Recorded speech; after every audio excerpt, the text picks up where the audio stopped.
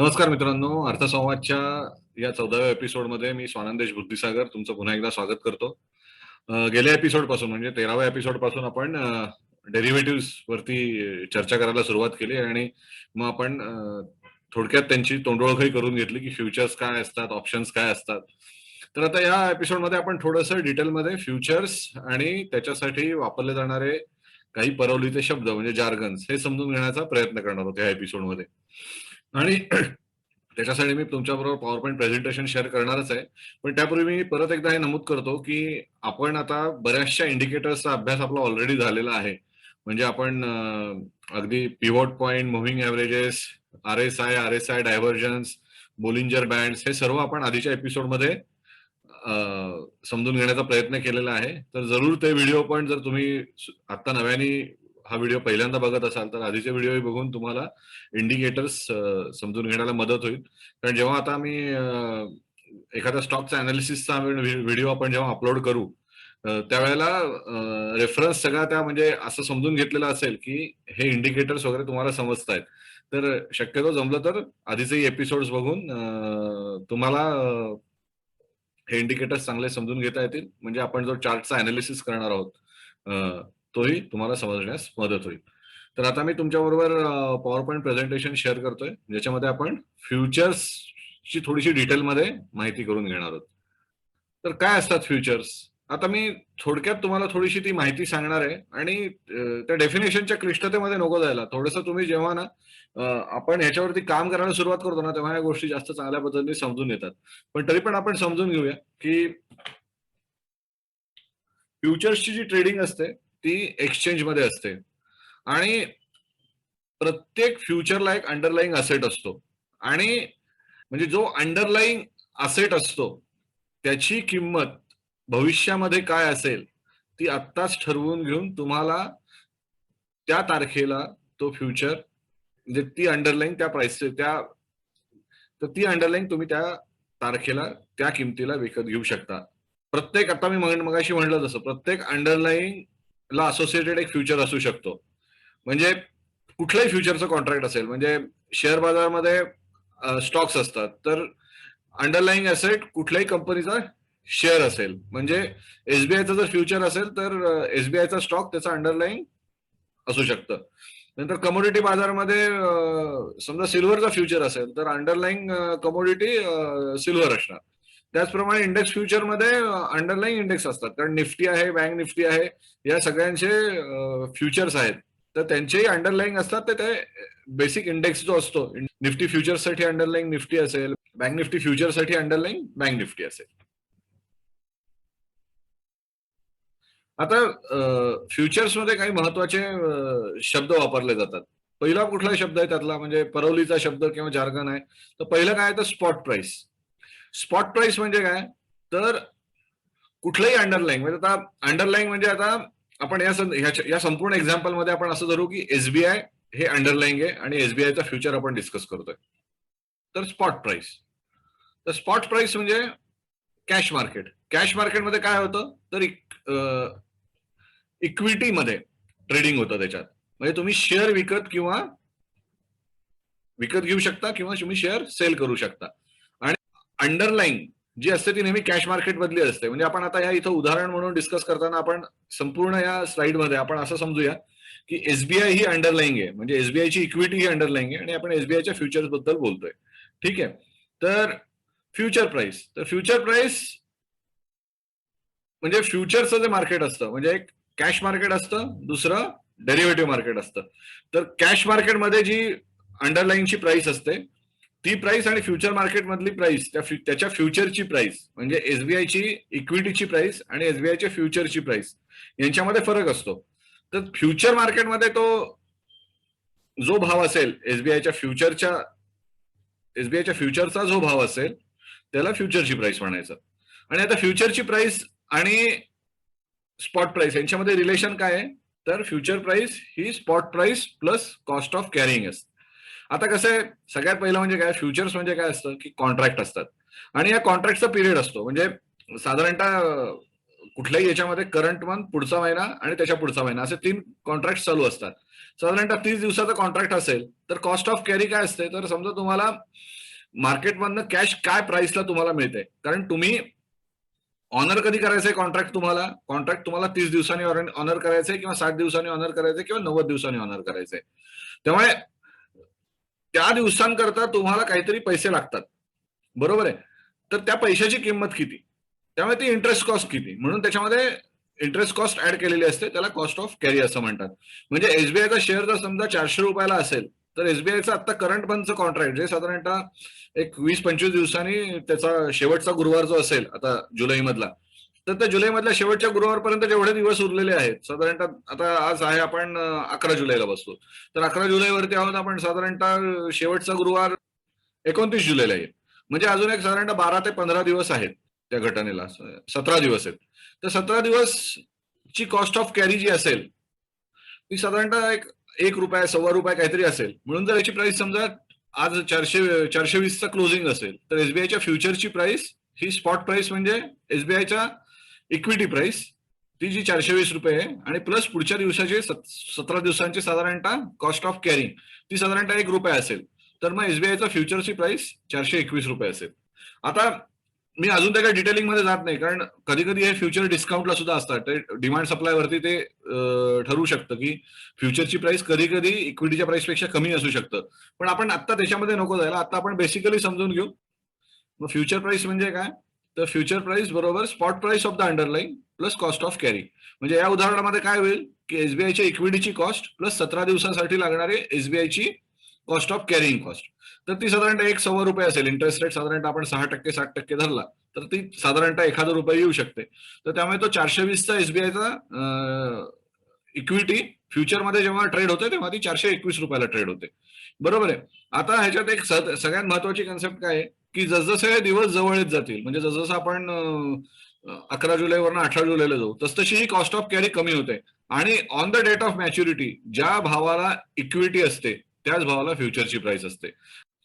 Contract cycle, जेवढ्या कालावधीसाठी contract असतं त्याला त्या कॉन्ट्रॅक्टची सायकल असं म्हणतात. आता मगाशी म्हटल्याप्रमाणे एनएससी मध्ये असणारे जे कॉन्ट्रॅक्ट्स आहेत, म्हणजे कुठलेही, म्हणजे इंडेक्स फ्युचर असतील किंवा स्टॉक फ्युचर असतील, म्हणजे स्टॉक फ्युचर म्हणजे एसबीआय, रिलायन्स यांचे फ्युचर्स, इंडेक्स फ्युचर्स म्हणजे निफ्टी, बँक निफ्टी यांचे फ्युचर्स. तर यांचा कॉन्ट्रॅक्ट सायकल काय असते, तर मी मग अशी म्हटल्याप्रमाणे करंट मंथ, नेक्स्ट मंथ आणि नेक्स्ट टू नेक्स्ट मंथ, हे 3 महिन्याचे साधारणतः कॉन्ट्रॅक्ट असतात. त्यामुळे ते 1 महिना, 2 महिने किंवा 3 महिने ही त्यांची कॉन्ट्रॅक्ट सायकल असू शकते. आणि प्रत्येक महिन्याचा शेवटचा गुरुवार ही त्या कॉन्ट्रॅक्टची एंड डेट असते. म्हणजे जानेवारी मधला जर कॉन्ट्रॅक्ट असेल तर जानेवारीतला जो शेवटचा गुरुवार असेल ती त्याची कॉन्ट्रॅक्ट एंडची तारीख असेल जानेवारी कॉन्ट्रॅक्टसाठी. फेब्रुवारीतल्या शेवटच्या गुरुवारी जी तारीख असेल ती त्याची कॉन्ट्रॅक्ट डेट असते. आणि मग त्याच्यानंतरच्या येणाऱ्या शुक्रवारी नवीन कॉन्ट्रॅक्ट सुरू होतात. एक्सपायरी डेट म्हणजे कॉन्ट्रॅक्ट पूर्ण होण्याची तारीख. मगाशी मी म्हटलं त्याप्रमाणेच याचा उल्लेख कॉन्ट्रॅक्टमध्ये केलेला असतो. म्हणजे जो शेवटच्या त्या महिन्यातला शेवटचा गुरुवार आणि ती तारीख त्या कॉन्ट्रॅक्टमध्ये लिहिली असते. म्हणजे आता याला काय 29 जुलैचं कॉन्ट्रॅक्ट असेल, पुढच्या महिन्यामध्ये जो शेवटचा गुरुवार असेल त्या महिन्याची ती कॉन्ट्रॅक्ट डेट लिहिलेली असते. म्हणजे तुम्ही जेव्हा एसबीआयचे फ्युचर जातात तेव्हा एसबीआय जुलै, एसबीआय जून आणि मग ते कुठल्या दिवशी कॉन्ट्रॅक्ट संपतंय ती तारीख त्याच्यामध्ये ती तारीख त्याच्यामध्ये सांगितलेली असते. आणि ज्या दिवशी ती एक्सपायरी डेट असते त्याच्यानंतर तो कॉन्ट्रॅक्ट संपतं. एक्सपायरी डेटच्या दिवशी फ्युचरची प्राइस आणि इक्विटीची प्राइस ही दोन्ही सेम होतात. म्हणजे त्याच्यामध्ये कुठलीही कॉस्ट ऑफ कॅरी नसते, कारण दिवस काहीच उरलेले नसतात, 0 दिवस उरलेले असतात. त्यामुळे कॉस्ट ऑफ कॅरी 0 होते. त्यामुळे फ्युचरची प्राइस आणि इक्विटीची प्राइस सेम होते. म्हणजे स्पॉट प्राइस आणि फ्युचर प्राइस हे दोन्ही सेम राहतात. आता प्रत्येक कॉन्ट्रॅक्टचा साईज असतो. म्हणजे इक्विटी तुम्ही एक इक्विटी विकत घेऊ शकता, एसबीआयचा तुम्ही एक शेअर विकत घेऊ शकता. पण तुम्ही जेव्हा एसबीआयचा फ्युचर विकत गेला जाता तेव्हा तुम्हाला त्या लॉट प्रमाणे जावं लागतं. म्हणजे तो एक लॉट घ्यावा लागतो. मग आता हा लॉट साईज जो असतो तो खूप वेगवेगळा असतो. आता एसबीआयचा लॉट साईज 1500 आहे. म्हणजे काय होतं की एसबीआयच्या तुम्ही समजा एसबीआयचा एक शेअर विकत घेतला आणि एसबीआयची प्राइस ₹1 वरती गेली तर तुमचं प्रॉफिट ₹1 वाढेल. पण एसबीआयच्या फ्युचरमध्ये काय होईल की तुम्ही एसबीआयचा एक लॉट विकत घेतला म्हणजे तुम्ही एसबीआयचे 1500 शेअर्स विकत घेतल्यासारखं आहे. त्यामुळे एक लॉट घेतला म्हणजे काय होतं, तर एसबीआयचे 1500 शेअर्स विकत घेतल्यासारखं आहे. आणि मग त्यामुळे जर एसबीआयची किंमत ₹1 वाढली, तर एसबीआयच्या फ्युचरची किंमत साधारणतः ₹1 वाढते. म्हणजे ₹1 त्या एसबीआयच्या फ्युचरच्या लॉट साईज 1500 आहे म्हटल्यावरती 1500 गुणिले 1 म्हणजे तुमचा प्रॉफिट ₹1500 होईल एका मिनिटामध्ये, किंवा तुमचे लॉस ₹1500 होईल. म्हणजे ऍट द दिवसामध्ये जर एसबीआय ₹5 फिरलं, तर तुम्ही जर बाय केला असेल आणि ₹5 वरती गेलं, तर तुम्हाला ₹7,500 मिळू शकतात, किंवा तुमचे ₹5 खाली पडला तर ₹7,500 जाऊ शकतात. हा फार महत्वाची कन्सेप्ट आहे की लॉट साईज. कारण आपल्याला वाटतं की एक लॉट म्हणजे प्रत्येक ह्याचा लॉट साईज वेगवेगळा असतो. आता निफ्टीचा लॉट साईज आता आधी 75 होता, आता या महिन्यापासून 50 झालेला आहे. म्हणजे काय, तर निफ्टीचा एक पॉईंट निफ्टीने टिक साईज असतो, तो एकनी जरी बदलला तर ₹50 मिळतात किंवा ₹50 जातात. म्हणजे एक निफ्टी तुम्ही फ्युचर नाही, एक निफ्टी जेव्हा तुम्ही घेता तेव्हा तुम्ही लॉट विकत घेता आणि तो लॉट साईज 50 असतो. त्यामुळे मल्टिप्लाइंग इफेक्ट लॉट साईजने होतो. म्हणजे जेवढी प्राइस फिरते ती मल्टिप्लाइड बाय लॉट साईज, एवढं तुम्हाला प्रॉफिट किंवा लॉस होऊ शकतो. आता सगळ्यात त्याच्यामध्ये महत्वाची गोष्ट म्हणजे फ्युचरला मार्जिन रिक्वायरमेंट असते. म्हणजे जोपर्यंत मार्जिन म्हणजे काय, की तुम्ही फ्युचरमध्ये ट्रेड करायला जाताय, तर पहिल्यांदा ते बघतात की तुमच्या अकाउंटमध्ये किती पैसे आहेत. आता प्रत्येक याची मार्जिन रिक्वायरमेंट वेगवेगळी असते. म्हणजे आता समजा एसबीआयचं तुम्हाला घ्यायचंय, तर एसबीआयचा लॉट साईज 1500 आहे. साधारणतः 20% ऑफ 20%, म्हणजे साधारणतः 20% कॉस्ट असते. म्हणजे त्या शेअर्सची जी किंमत होईल 1500 गुणिले एसबीआयचा जो भाव असेल, तर त्याची 20% अमाऊंट ही मार्जिन अमाऊंट असते. मी अगदी थंबरूनली सांगतोय. तर साधारणतः तेवढं तुमचं मार्जिन, तेवढं तुमचे पैसे अकाउंटला असले तरच तुम्हाला ती एसबीआयच्या फ्युचरमध्ये तुम्हाला ट्रेडिंग सुरू करता येतं. म्हणजे काय, की साधारणतः तुमच्या अकाउंटला एसबीआयला समजा ₹2,00,000 लागत असेल मार्जिन, तर तुम्हाला एसबीआयचा एक लॉट घ्यायचा असेल, तर तुमच्या पहिल्यांदा ट्रेडिंग अकाउंटमध्ये ₹2,00,000 पाहिजे, आणि तरच ते तुम्ही ट्रेडिंग सुरू करू शकता. जर तुमच्या अकाउंटला 2,00,000 नसतील, तर तुम्हाला तुमची ऑर्डर रिजेक्ट होते. म्हणून मार्जिन जे असतं ते फार महत्वाचं असतं. अकाउंटमध्ये मार्जिन असेल तर तरच तुम्हाला ती पोझिशन घेता येते. त्याच्यानंतर आता आपण हे झालं मार्जिनच्या बद्दल. आता आपण मार्क टू मार्केट म्हणजे काय ते समजून घेऊ. तर आता समजा असं असेल की तुमच्या अकाउंटला पैसे आहेत, ₹2,00,000 आहेत, त्यामुळे तुम्ही पोझिशन घेऊ शकताय, बरोबर आहे. आता समजा तुम्ही एसबीआयचा फ्युचर बाय केला आणि तेव्हा त्याची प्राइस ₹410 असेल, बरोबर आहे. आता दोन गोष्टी पॉसिबल आहेत. एकतर तो एकतर शेअर वरती जाईल म्हणून फ्युचर वरती जातो. फ्युचर का वरती जातो, तर शेअरची प्राइस वरती जाते. कारण फ्युचर काय आहे, तर तो डेरिव्हेटिव्ह आहे. तो शेअरचा डेरिव्हेटिव्ह आहे. त्यामुळे शेअरच्या प्राइसलाच, इक्विटीची जी प्राइस असते त्यालाच फ्युचरच्या प्राइस लिंक झालेल्या असतात, बरोबर आहे. त्यामुळे इक्विटीची प्राइस वरती गेली तर फ्युचरची प्राइस वरती जाते, इक्विटीची प्राइस खालती गेली तर फ्युचरची प्राइस खालती जाते. आता समजा फ्युचरची प्राइस वरती गेली, तुम्ही जेव्हा घेतलात तेव्हा 410 होता, आणि तुम्ही जे at the end of the day price 420 झाली, तर तुम्हाला ₹10 प्रॉफिट आहे. ₹10 प्रॉफिट, आणि एसबीआयचा लॉट साईज किती आता ₹1,500. म्हणजे 1500 गुणिले 10 किती झाले, ₹15,000. तर तुम्हाला at the end of the day mark to market ₹15,000, 1500 गुणिले 10 रुपयाची एसबीआयची किंमत वाढली. क्लोजिंग प्राइस आणि तुम्ही बाय केलेली प्राइस यांच्यामधला जो फरक होता तो ₹10 होता. त्यामुळे 1500 गुणिले 10, ₹15,000 तुमच्या अकाउंटला येतील. पण जर एसबीआयची प्राइस कमी झाली ₹10, 410च्या ऐवजी 400 झाली, तर काय होईल, तर 1500 गुणिले 10 बरोबर किती, ₹15,000. तेवढे तुमच्या अकाउंटला डेबिट होतील. म्हणजे तेवढे पैसे तुमच्या अकाउंटमध्ये असणं गरजेचं आहे. म्हणजे दोन गोष्टी आहेत, एकतर मार्जिन अमाऊंट पाहिजे आणि मार्क टू मार्केट फंड करण्यासाठी पैसे पाहिजेत. त्यामुळे जेव्हा आपण फ्युचर्समध्ये किंवा ऑप्शन्समध्ये ट्रेड करतो, तेव्हा मार्जिन आणि मार्क टू मार्केट या दोन्हींसाठी आपल्याला तयारी असावी लागते. याला ऑप्शनला मार्क टू मार्केट नसतं, पण मार्जिन असतं. पण फ्युचरला मार्जिन आणि मार्क टू मार्केट दोन्ही आपल्या अकाउंटमध्ये तेवढे पैसे असतील तरच आपण ट्रेडिंग करू शकतो. जर अकाउंटमधले पैसे कमी झाले तर आपला ब्रोकर आपली पोझिशन स्क्वेअर ऑफ करू शकतो. आणि जोपर्यंत तुमची फ्युचर मधली पोझिशन आहे तोपर्यंत तुम्ही मार्जिन मनीचा दुसऱ्या कुठल्याही उपयोग करू शकत नाही. म्हणजे तुम्ही जर समजा तुमच्या डीमॅट अकाउंटला काही स्टॉक्स वगैरे असतील तर त्याचाही थोडासा हेअरकट घेऊन मार्जिन म्हणून वापरता येतो. पण आता आपण फोकस फक्त कॅश वरतीच करूया, की ही मार्जिन म्हणजे जे काही रिक्वायरमेंट असेल, मार्जिन रिक्वायरमेंट जे एक्सचेंज ठरवत असते, तेवढे मार्जिन अकाउंटला असलं पाहिजे, आणि मार्क टू मार्केटसाठी सुद्धा अकाउंटला तेवढे पैसे असले पाहिजेत.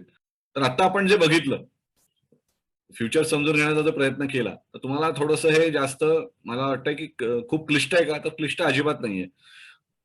4 ते 5 गोष्टी इथं आपण समजून घेण्याचा प्रयत्न केलेला आहे. एक म्हणजे स्पॉट प्राईस. स्पॉट प्राईस म्हणजे काय असते? तर ती त्या इक्विटीची प्राईस असते. त्याच्यानंतर आपण काय बघितलं तर फ्युचरची प्राईस. म्हणजे काय असतं? तर ती spot price plus cost of carry. Cost of carry का असते? तर ते फ्युचरच्या कॉन्ट्रॅक्टच्या डेटपर्यंत काहीतरी एक टाईम पिरियड असतो. त्यामुळे त्याला इंटरेस्ट कॉस्ट ॲड करावी लागते. म्हणून तुम्ही जरी उद्या ट्रेडिंग टर्मिनल लावलं, तर तुम्हाला एसबीआय लावला, तर एसबीआयची प्राईस 430 असेल. तर एसबीआयच्या फ्युचरची जुलैची प्राईस काहीतरी 431 असेल. मग तुम्ही जर ऑगस्टचं कॉन्ट्रॅक्ट लावलं, तर ती प्राइस 433 असते. 33 असू शकेल. म्हणजे मी आता अप्रॉक्सिमेटली बोलतोय. पण जुलैच्या पेक्षा ऑगस्टचं कॉन्ट्रॅक्ट थोडंसं महाग असेल, कारण ते कॉन्ट्रॅक्ट संपायला दिवस जास्त, म्हणून कॉस्ट ऑफ कॅरी जास्त. पण महत्वाची कन्सेप्ट काय आहे, की ज्या दिवशी कॉन्ट्रॅक्ट संपायला येतं, त्या दिवशी इक्विटीची प्राइस आणि फ्युचरची प्राइस हे दोन्ही सेम असतात. बरोबर आहे? त्याच्यानंतर आपण काय बघितलं, मार्क टू मार्केट बघितलं आणि मार्जिन बघितलं. मार्जिन रिक्वायरमेंट बघितली. कारण तुम्हाला जेव्हा तुम्ही फ्युचरमध्ये डील करता, तेव्हा तुम्ही एका शेअरमध्ये नाही डील करत. तुम्ही त्या लॉट साईजमध्ये डील करता. त्यामुळे मार्जिन रिक्वायरमेंट प्रचंड असते. म्हणजे फ्युचर तुम्हाला म्हणजे शेअर विकत घ्यायला तुम्हाला जेवढा भाव असेल तेवढेच पैसे अकाउंटला असले तरी चालतं. पण ह्याच्यासाठी मात्र तुम्हाला संपूर्ण मार्जिन, जे आता मी एसबीआयच्या बाबतीत म्हणलं, की unless you have 2 lakh rupees in your account, तर एसबीआयचा तो फ्युचर आपल्याला घेता येणार नाही. 2 लाख सुद्धा मी आता ठोकता नाही बघितलंय. साधारणतः 2-2.25 लाख रुपये मार्जिन असेल. तर जेवढं ते मार्जिन एक्सचेंज ठरवतं, तेवढं मार्जिन असल्याशिवाय आपल्याला त्या फ्युचरमध्ये ट्रेड करता येत नाही. आणि मग मार्क टू मार्केट म्हणजे काय? तर मार्केट किती त्या दिवशी वरती जाईल, म्हणजे तो शेअरची प्राइस म्हणून फ्युचरची प्राइस जशी वरती जाईल, जेवढ्या रुपयांनी वरती जाईल, 10 रुपयांनी वरती गेलं तर 10 रुपये गुणिले लॉट साईज एवढं तुम्हाला अकाउंटला क्रेडिट येतात. पण जर मार्केट 10 रुपयांनी खालती पडलं तर 10 रुपये गुणिले लॉट साईज एवढं तुमच्या अकाउंटला डेबिट येईल. त्याला मार्क टू मार्केट म्हणतात. फ्युचर्समध्ये एवढंच समजून घेण्यासारखं आहे. त्यामुळे वाटलंच तर परत एकदा व्हिडिओ बघा. कन्सेप्ट जास्त क्लिअर होतील. आणि ट्रेडिंग टर्मिनलवरती तुम्ही जेव्हा लावून बघाल, तेव्हा तुम्हाला ऍक्च्युअली दिसूही शकतं, की जुलैचा फ्युचर कितीला आहे, ऑगस्टचा फ्युचर कितीला आहे. आणि हे प्रत्येक इक्विटीच्या बाबतीत खरं आहे. तसंच तुम्ही इंडेक्सच्या बाबतीत तुम्ही फ्युचर्स बघू शकता, की जुलैचा निफ्टी, ऑगस्टचा निफ्टी यांच्यामध्ये परत तुम्हाला फरक दिसेलच. ती कॉस्ट ऑफ कॅरी असते. तर मित्रांनो, आता इथं थांबतो. मला विश्वास आहे तुम्हाला हा व्हिडिओ आवडला असेल, तर लाईक करा, सबस्क्राईब करा. तुमच्या मित्रपरिचितांना फॉरवर्ड करून त्यांनाही लाईक आणि सबस्क्राईब करायला सांगा. पुढच्या एपिसोडमध्ये आपण ऑप्शन्सला सुरुवात करणार आहोत.